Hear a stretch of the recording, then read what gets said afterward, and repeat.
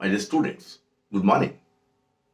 Let's continue the same story, that is Too Dear, written by a Russian writer, Leo Tolstoy. In the previous video, I had told you that the sentence was altered from capital punishment to lifelong imprisonment. And there was another hitch, that there was no proper prison to keep that criminal. Somehow, they managed to find a place where he was placed, and a guard was appointed to look after him and to fetch food from the king's palace. ನಿಮಗೆ ಹಿಂದಿನ ವಿಡಿಯೋದಲ್ಲಿ ನಾನು ಹೇಳಿದ್ದೇನೆ ಏನಪ್ಪ ಅಂದರೆ, ಮೊದಲು ತೆಗೆದುಕೊಂಡಿದ್ದಂತಹ ತೀರ್ಮಾನ ಈ ಕ್ರಿಮಿನಲ್ ಬಗ್ಗೆ ಬದಲಾವಣೆ ಆಯಿತು. ಮೊದಲು ಅವನಿಗೆ ಮರಣದಂಡನೆ ಕೊಡಲಾಗಿತ್ತು. ಅನೇಕ ಕಾರಣಗಳಿಂದಾಗಿ ಆ ಒಂದು ಶಿಕ್ಷೆಯನ್ನು ಬದಲಾಯಿಸಲಾಯಿತು. ಲೈಫ್ ಲಾಂಗ್ ಇಂಪ್ರಿಸನ್ಮೆಂಟ್ಗೆ, ಜೀವಾವಧಿ ಶಿಕ್ಷೆಗೆ ಬದಲಾವಣೆ ಮಾಡಲಾಯಿತು. ಅಲ್ಲೂ ಒಂದು ತೊಡಕು ಇತ್ತು. ಏನಪ್ಪ ಅಂದರೆ, ಒಂದು ಸಮರ್ಪಕವಾದಂಥ ಒಂದು ಜೈಲು ಇರಲಿಲ್ಲ. ಯಾಕಂದರೆ ಇದುವರೆಗೂ ಅಂಥ ಕೆಟ್ಟ ಘಟನೆಗಳು ನಡೆದಿರಲಿಲ್ಲ. ಆದರೂ ಹೇಗೋ ಒಂದು ಸ್ಥಳವನ್ನು ಆಯ್ಕೆ ಮಾಡಿಕೊಂಡು ಅಲ್ಲಿ ಅವನಿಟ್ಟರು. ಜೊತೆಗೆ ಅವನನ್ನು ಕಾಯಲು ಮತ್ತು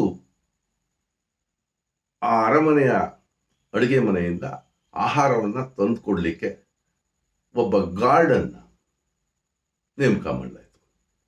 ಇಷ್ಟು ವಿಚಾರವನ್ನು ನಿಮಗೆ ಹೇಳಿದ್ದೇನೆ. Let's continue.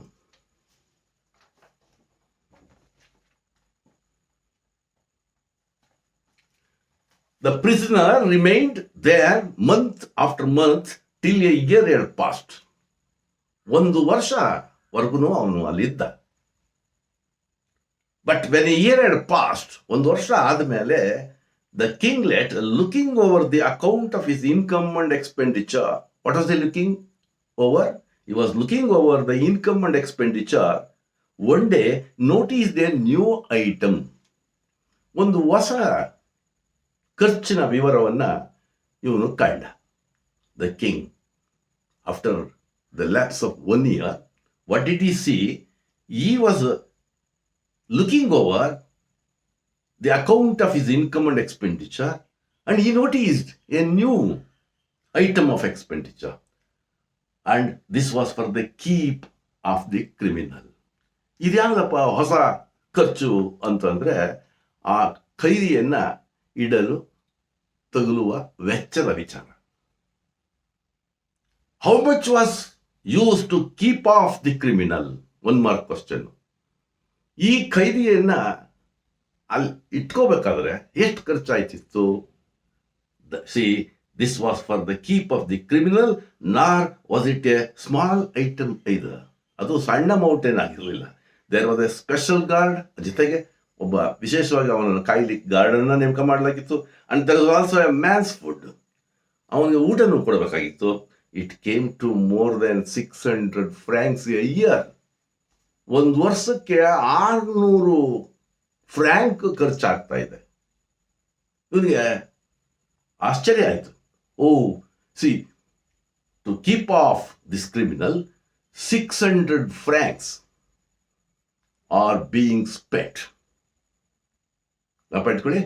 So how much was used to keep the criminal ಅಂತ ಒಂದು ಕ್ವಶನ್ ಕೇಳಿದ್ರೆ ನೀವು ಬರೀಬೇಕಾಗಿರೋದು just 600 francs. And the worst of it was that the fellow was still young and healthy. ಇನ್ನೂ ಒಂದು ತೊಂದರೆಯ ವಿಚಾರ ಏನಪ್ಪ ಅಂದರೆ, he is healthy and young. He may live for another 50 years. ಇನ್ನೂ 50 ವರ್ಷ ಬದುಕ್ಬೋದು. ಅಂದರೆ 600 into 50, it comes around 30,000 francs. ಇದು ಇವನಿಗೆ ಭಯ ಆಯಿತು ರಾಜನಿಗೆ. and healthy and might live for 50 years. When one came to reckon it up, ಲೆಕ್ಕ ಹಾಕ್ಬಿಟ್ರೆ ಕರೆಕ್ಟಾಗಿ, ದ ಮ್ಯಾಟರ್ ವಾಸ್ ಸೀರಿಯಸ್. ಇದು ಗಂಭೀರವಾದ ವಿಚಾರ. ಯಾಕೆಂತಂದರೆ the king has to spend 30,000 francs to keep that criminal in the jail, and it would never do. ಇದಾಗಲ್ಲ ಇದು. So the prince summoned his ministers and said to them, ಮತ್ತೆ ಸಭೆಯನ್ನು ಕರೆದ, ಸಚಿವರ ಸಭೆಯನ್ನು ಕರೆದು ಹೇಳಿದ, you must find some cheaper way of dealing with this rascal. ಈ ಅಯೋಗ್ಯನ ವಿಚಾರದಲ್ಲಿ ನಾವು ಸ್ವಲ್ಪ ಚೀಪರ್ ವೇ, ಕಡಿಮೆ ಖರ್ಚಿನ ಒಂದು ದಾರಿಯನ್ನು ಹುಡುಕಬೇಕಾಗ್ತದೆ. The present plan is too expensive. ಇವತ್ತಿನ ಏನಿನ ಯೋಜನೆ ಇದೆಯಲ್ಲ, ಇದು ತೀರಾ ಖರ್ಚು ಬರುವಂಥದ್ದು. We are spending 600 francs to keep off this criminal ಅಂತ ಹೇಳಿದ್ರು. And the ministers met and reconsider till one of them said. So decision ತಗೊಂಡ್ರು, ತೀರ್ಮಾನ ತಗೊಂಡ್ರು. ಏನಪ್ಪಾ ಅಂದ್ರೆ, ಅವರು ಹೇಳಿದ್ರು, gentlemen, in my opinion we must dismiss the guard. So what decision was taken? They took the decision that the guard should be dismissed, and after that the criminal would see that there is no one to guard him, so he will run away. So that was the decision taken, and then that was presented before the king. The king approved. Yes, okay, dismiss that guard, and then after that he will run away and we will get rid of that bloody rascal. ಈ ಅಯೋಗ್ಯನನ್ನ ನಾವು ದೂರ ಮಾಡ್ಕೋಬಹುದು ಅಂತ ಹೇಳಿ decision ತಗೊಂಡ್ರು. Yes, what happened? The guard was dismissed, but the criminal did not run away. The criminal did not go out of the prison. What did he do? He himself, yes. All that happened was that at dinner time the criminal came out, and not finding his guard, he went to the prince's kitchen to fetch his own dinner. ಇವರೇನು ಅನ್ಕೊಂಡಿದ್ರು, ಈ ಗಾರ್ಡನ್ನ ತೆಗೆದುಬಿಟ್ರೆ ಇವನು ಓಡೋಗ್ಬಿಡ್ತಾನೆ, ಸದ್ಯ ಇವನು ತಲೆ ತೊಳ್ಕೊಂಡಂಗೆ ಆಯ್ತದೆ ಅಂತ ಅನ್ಕೊಂಡಿದ್ರು. He did not do it. He did not go. What did he do? So he went to the prince's kitchen to fetch his own dinner. ಅವನ ಆಹಾರನ ತರಬೇಕಾದ್ರೆ ಇವನೇ ಹೋಗಿ ಶುರು ಮಾಡ್ಕೊಂಡ. And he took what was given. ಏನ್ ಕೊಟ್ಟರು ಅದನ್ನ ಇಸ್ಕೊಳ್ವ. Returned to the prison, shut the door on himself, stayed inside. ಊಟ ತಗೊಬರನು ಅದೇ ರೂಮಲ್ಲಿ ಬಾಗಿಲು ಹಾಕೊಂಡು ಅಚ್ಚುಕಟ್ಟಾಗ ಆರಾಮಾಗಿರುವ. So next day the same thing occurred. ಇದೇ ಕೆಲಸವನ್ನ ಮಾಡ್ತಿದ್ದ. He went for his food at the proper time, but as for running away, he did not show the least sign of it. ಓಡೋಗುವಂತ ಚಿಹ್ನೆನ ಇವನು ತೋರಿಸ್ಲಿಲ್ಲ. What was to be done? They consider the matter again ಸಭೆ ಸೇರ್ಲಾಯ್ತು. We shall have to tell him straight out, said they. ನಾವು ಅವನಿಗೆ ನೇರವಾಗಿ ಹೇಳ್ಬೇಕು, ಹೊಂಟೋಗ್ಬಿಡಪ್ಪ ನೀನು ಸಾಹಸ ಸಾಕು.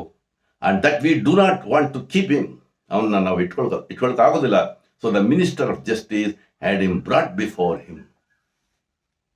ಅವನ್ನ ಕರೆಸಿ ಮುಂದ್ಗಡೆಗೆ ಈ ನ್ಯಾಯ ಸಂಬಂಧಪಟ್ಟಂತ ಸಚಿವನ ಎದುರುಗಡೆ ನಿಲ್ಲಿಸಿದ್ರು. ಅವನೇನು ಹೇಳ್ತಾರೆ ನೋಡೋಣ. Why do you not run away, said the minister, and there is no guard to keep you, and you can go where you like, said, and the prince will not mind. ರಾಜ ಏನು ಯೋಚನೆ ಮಾಡೋದಪ್ಪ, guard ಇಲ್ಲ, ಓಡೋಗ್ಬಿಡುವೆ, why don't you run away, ಯಾಕಪ್ಪ ಹೋಗುವುದಿಲ್ಲ ಅಂತ the minister for justice said. So why did he refuse to go out of the prison? 4 marks question ನಾ ಪೆಟ್ಕೊಳ್ಳಿ. ಸಾಮಾನ್ಯ ಕೇಳ್ತಾ ಇರ್ತಾರೆ, ಇವನು ಜೈಲ್ನ ಬಿಟ್ಟು ಹೊರ ಹೋಗಲು ನಿರಾಕರಿಸುತ್ತಾನೆ ಯಾಕೆ? Why did he refuse to go out of the prison? Though the minister asked him to go, ಹೋಗಪ್ಪ ಅಂದ್ರೇನೆ the prince would not mind, and there is no guard, you can run away. So what did he say? Why did he refuse? ಯಾಕೆ ಇವನು ಹೋಗಲು ನಿರಾಕರಿಸಿದ ಅನ್ನೋದು ಈ ಪ್ಯಾರಾದಲ್ಲಿ 4 ಅಂಕಗಳ ಉತ್ತರ ಸಿಗ್ತದೆ. ಏನ್ ಹೇಳ್ತಾನೋ, I dare say the prince would not mind. ಅದು ನನಗೆ ಬೇಕಾಗಿಲ್ಲ, ಅವ್ರು ಮೈಂಡ್ ಮಾಡ್ತಾರೋ ಇಲ್ವೋ, I dare say. But I have nowhere to go. ನನಗೆ ಹೋಗ್ಲಿಕ್ಕೆ ನನಗೆ ಸ್ಥಳನೇ ಇಲ್ಲ. I have nowhere to go and what can I do? ಅದು ಹೋಗ್ಬಿಟ್ಟು ಏನು ಮಾಡಲಿ? And you have ruled my character by your sentence. ನೀವು ನನಗೆ ಈ ಶಿಕ್ಷೆಯನ್ನು ಕೊಟ್ಬಿಟ್ಟು ನನ್ನ ಕ್ಯಾರೆಕ್ಟರನ್ನು, ನನ್ನ ನಡತೆಯನ್ನೇ ಹಾಳು ಮಾಡಿಕ್ಬಿಟ್ಟಿದ್ದೀರಿ. You have ruled. So these are the points that you must know. First of all, he says, he questions where he has to go. He finds no place. ಎಲ್ಲೋಗ್ಲಿ? I have no where to go. And what can I do? ಹೋಗ್ಬಿಟ್ಟು ಏನು ಮಾಡಲಿ? ನಾನು ಒಳ್ಳೆ ಗುಣವಂತ ಅಂತ ನೀವು ಬಂದಿದ್ರೆ ನನಗೆ ಜನ ಆಹ್ವಾನಿಸರು, ಕರೆಯೋರು, ಆತ್ಮೀಯತೆಯಿಂದ ಮಾತಾಡ್ಸರು. ಈಗ you have spoiled my character by passing your sentence. And people will turn their backs on me. ನನ್ನ ಜೊತೆಯಲ್ಲಿ ಆತ್ಮೀಯ ಮಾತಾಡೋಲ್ಲ, ಓಡೋಗ್ಬಿಡ್ತಾರೆ ನಾನು ನೋಡಿದ ತಕ್ಷಣ ಇವನು ಕೊಲೆಗಾರ ಅಂಥೇಳಿ. ಸೊ ಇದನ್ನ ಎಕ್ಸ್ಪ್ರೆಷನ್ಸ್ ಕ್ವಶನ್ಸ್ ಕೇಳ್ತಾರೆ. The people will turn their backs on me. ನಾನು ನೋಡಿದ ತಕ್ಷಣನೇ ಓಡೋಗ್ಬಿಡ್ತಾರೆ. And you have made me an enemy in the eyes of these two people by passing a sentence. What is that sentence? ಕೊಲೆಗಡ್ಕ, ಇವನ ತಲೆಯನ್ನು ಕಡಿಬೇಕು ಅನ್ನೋದೆಲ್ಲ ಹೇಳ್ಬಿಟ್ಟು. And besides, I have got out of the way of working. I have forgotten how to work. ಕೆಲಸ ಮಾಡೋದು ಏನು, ಯಾವ ಕೆಲಸ ಮಾಡಬೇಕು ಅನ್ನೋದನ್ನೇ ಮರ್ತು ಬಿಟ್ಟಿದ್ದೀನಿ. I have got out of working. And you have treated me badly. ಭಾಳ ಕೆಟ್ಟದಾಗಿ ನಡ್ಕೊಂಡಿದ್ದೀನಿ ನನ್ನ ಹತ್ರ. And it is not fair. ಇದು ಒಳ್ಳೆಯದಲ್ಲ. And in the first place, when once you sentenced me to death, you ought to have executed me. ಮೊದಲನೇದಾಗಿ, when you say sentence me to death, ನಿಮಗೆ ಮರಣದಂಡನೆಯನ್ನು ಕೊಟ್ಟ ಮೇಲೆ ಅದನ್ನು ನೀವು ಅನುಷ್ಠಾನಕ್ಕೆ ತರಬೇಕಾಯ್ತು. You should have cut off my head, but you did not do. And that's the one thing I did not complain about that. ಅದ್ರ ಬಗ್ಗೆ ನಾನು ಯಾವ ಕಂಪ್ಲೇಂಟು ಮಾಡಲಿಲ್ಲ. ನಿಮ್ಮದೇ ತಪ್ಪು ಅಂತ ಹೊರಿಸ್ತಾ ಇದ್ದಾನೆ. So then you sentence me to imprisonment for life. ಅದನ್ನು ಬದಲಾಯಿಸಿದ್ರಿ, ಮರಣದಂಡನೆಯಿಂದ ಜೀವಾವಧಿ ಶಿಕ್ಷೆಗೆ ಬದಲಾಯಿಸಿದ್ರಿ. Sentence me and put a guard to bring me my food. ನನಗೆ ಊಟ ತರೋಕ್ಕೆ ಒಬ್ಬ ಗಾರ್ಡನ್ನು ನೇಮಕ ಮಾಡಿದ್ರೆ, but you dismissed him and I had to go to fetch my food, and but after time you took away again and I had to fetch my own food again. I did not complain. avaglu nan complaint ಮಾಡಲಿಲ್ಲ. But now you actually want me to go now. ಹೋಗ್ಬಿಡು, ಹೊರಗಡೆ ಹೋಗ್ಬಿಡು ಅಂತ ಹೇಳ್ತಿದ್ರಿ. ನಾನು I can't agree to that. You may do as you like. ನೀವು ಇಷ್ಟ ಬಂದಾಗ ಮಾಡ್ಕೊಳ್ಳಿ. I won't go away. Please understand. So this is the most likely question. What is that question? Why did the criminal refuse to go out of the prison? For that, you have to give one introduction. The story, Too Dear, is written by a Russian writer, Leo Tolstoy.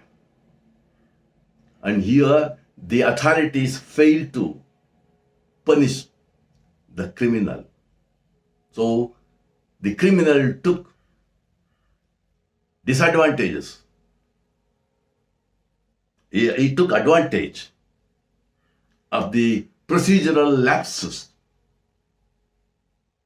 ಇವರು ಏನು ದೋಷಗಳನ್ನು ಮಾಡ್ತಾ ಇದ್ದಾರೆ, ಅದರ ದುರುಪಯೋಗವನ್ನು ಪಡಿಸ್ಕೊಂಡ. And he is alleging that it's the mistake of these authorities ಅನ್ನೋ ವಿಚಾರನ ಹೇಳ್ತಾನೆ. So he refused to go out of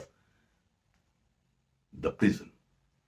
Again, council was called, meetings were held, and they discussed about how they have to get rid of this rascal. ಈ ಅಯೋಗ್ಯನ ವಿಚಾರದಲ್ಲಿ ಕೈ ತೊಳ್ಕೊಳ್ಳೋದು ಹೆಂಗಪ್ಪ, ಅವನ್ನ ಹೆಂಗೆ ಕಳಿಸಬೇಕು ಹೊರಗಡೆ ಅಂತ ಹೇಳ್ಕೊಂಡು So what was to be done? Once more the council was summoned. What course could they adopt? ಏನು ಇನ್ಯಾವ ತೀರ್ಮಾನ ತಗೋಬೇಕು? The man would not go. ಇವನು ಹೋಗಲ್ಲ ಇವನು. So they reflected and considered the only way to get rid of him was to offer him a pension. One more question. What was the only way to get rid of that criminal? ಜ್ಞಾಪ ಇಟ್ಕೊಳ್ಳಿ. ಆ ಕ್ರಿಮಿನಲ್ನ ದೂರ ಮಾಡಿಕೊಳ್ಳಲು, ಕೈ ತೊಳೆದುಕೊಳ್ಳಲು ಉಳಿದಿರತಕ್ಕಂತಹ ಒಂದೇ ಒಂದು ದಾರಿ ಏನಪ್ಪ ಅಂದರೆ to offer him a pension. Okay, a decision was taken to pay him pension to get rid of that criminal. So they reported to the prince. ಈ ವಿಚಾರವನ್ನ ರಾಜನಿಗೆ ತಿಳಿಸಿದ್ರು. And there is nothing else for it. ಇನ್ನೇನಿಲ್ಲ ಸ್ವಾಮಿ, ಇದನ್ನು ಮಾಡ್ಬೇಕಷ್ಟೇ. ಏನಪ್ಪ ಅಂದ್ರೆ ಅವ್ನು pension ಕೊಟ್ಬಿಟ್ಟು ಕಳಿಸ್ಬೇಕು. We must get rid of him somehow. ಹೆಂಗೋ ಹಿಂಗೆ ಮಾಡ್ಕೋಬೇಕಾಗುತ್ತೆ. The sum fixed was, how much was fixed, how much pension was given to this criminal? 600 francs. ಇಲ್ಲಿ both the ministers and the king seem to be foolish. ಇಲ್ಲಿ ನೋಡಿ, ಅವರೇ ಹೇಳಿದ್ದಾರೆ you would live for another 50 years ಅಂತ. They are giving 600 francs a year pension. 600 same, it comes to 30,000 francs. So this was the decision. What was the decision taken? It was taken to offer him 600 francs a year. Well, said he, ಒಪ್ಕೊಂಡಾನು. I don't mind so long as you undertake to pay it regularly. ನೀವು regular ಆಗಿ ಕೊಡೋವರೆಗೂ ನಾನು ಹೋಗಿ ready ಇದ್ದೀನಿ. On that condition, I am willing to go. What was the condition that he put? That the pension should be given regularly. ಜ್ಞಾಪ ಇಟ್ಕೊಳ್ಳಿ, ಒಂದು mark question ಇದನ್ನು ಕೇಳ್ಬೋದು. What was the condition that he put to go out of the prison? ಜೈಲಿಂದ ಹೊರ ಹೋಗಲು ಇವನು ಇಟ್ಟಂತ ಷರತ್ತೇನು? ಏನಂದ್ರೆ the pension should be given regularly. ಯಾವುದೇ ತಾಪತ್ರ ಇಲ್ಲದೆ ನಿರಂತರವಾಗಿ ಪೆನ್ಷನ್ನ ಕೊಟ್ರೆ ನಾನು ಹೋಗ್ತೀನಿ ಅಂತ ಹೇಳಿದ್ರು. ಸೊ ನೆಕ್ಸ್ಟ್ ಪ್ಯಾರಾ ಇದೆಯಲ್ಲ, that gives the answer for another question. How did he live after getting pension? ಪೆನ್ಷನ್ನ ತಗೊಂಡ ಮೇಲೆ ಹೆಂಗೆ ಬದುಕದ ಅನ್ನೋದು ಒಂದು ಪ್ರಶ್ನೆ, 4 ಅಂಕಗಳ ಪ್ರಶ್ನೆ. ಅದಕ್ಕೂ ನೀವು ಅದೇ ಒಂದು 3-4 ಲೈನ್ನ ಇಂಟ್ರೊಡಕ್ಷನ್ ಕೊಡಬೇಕಾಗ್ತದೆ. For everything at least you must mention who is the writer and what is the theme that is given, the message that is given. ಇದನ್ನು ನೀವು ಆ 2-3 ಲೈನಲ್ಲಿ ಮೊದಲು ಒಂದು ಪ್ಯಾರಾದಲ್ಲಿ ಬರೀಬೇಕಾಗ್ತದೆ. ಓಕೆ, ಅದೆಲ್ಲ ಬರೀತೀರಿ. So the matter was settled. How the matter was settled? by giving 600 francs as pension. So he received 1/3 of his annuity in advance. Another 1 mark question. How much did he receive?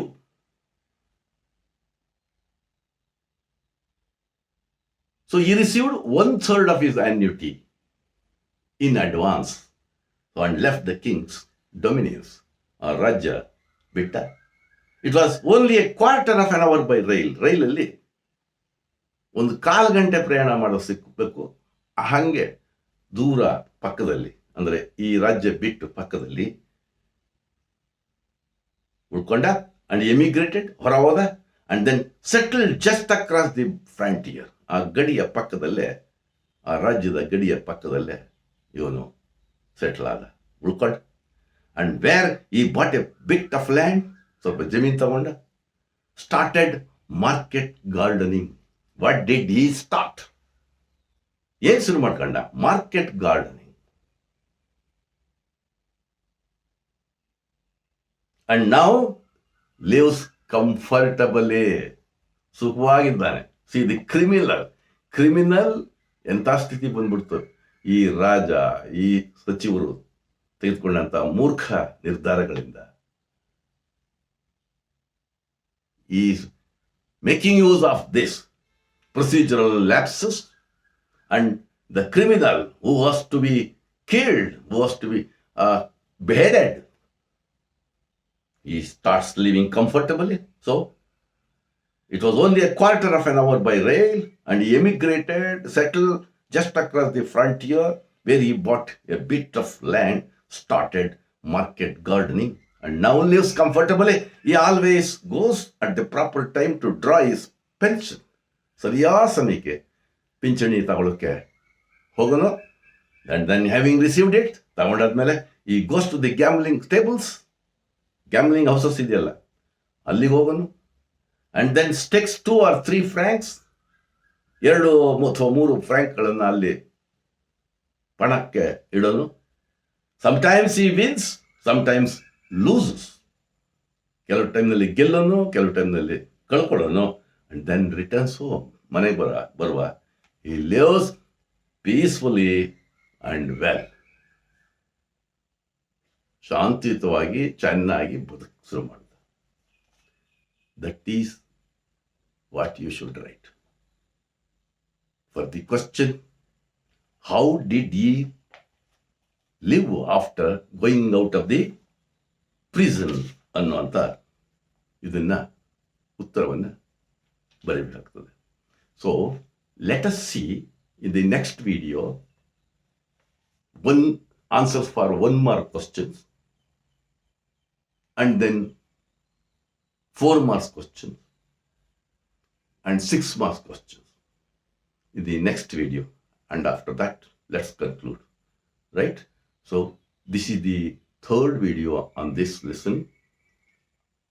And in the next video, we will have the 4th video. Right?